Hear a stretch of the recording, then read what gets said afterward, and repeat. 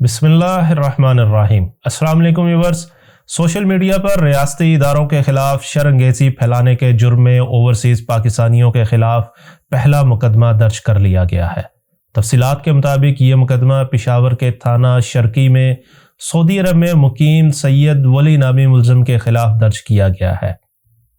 Police نے مقدمہ درج کر کے ملزم کو پاکستان لانے کے لیے کارروائی کا آغاز بھی کر دیا ہے اور بتایا گیا ہے کہ اس حوالے سے متعلقہ حکام سے بات چیت کی جا رہی ہے۔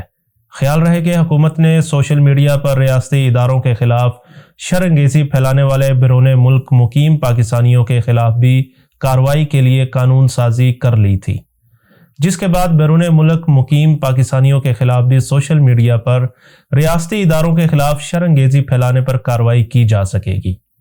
واضح رہے کہ سوشل میڈیا پر شر انگیز بیانات پر یہ کسی بھی بیرون ملک مقیم پاکستانی کے خلاف پہلا مقدمہ ہے، اور واضح کیا گیا ہے کہ اس مقدمے کے بعد اس پر عمل بھی کیا جائے گا تاکہ تمام اوورسیز اس سے سبق حاصل کر سکیں اور آئندہ اس قسم کا شر پھیلانے سے گریز کریں۔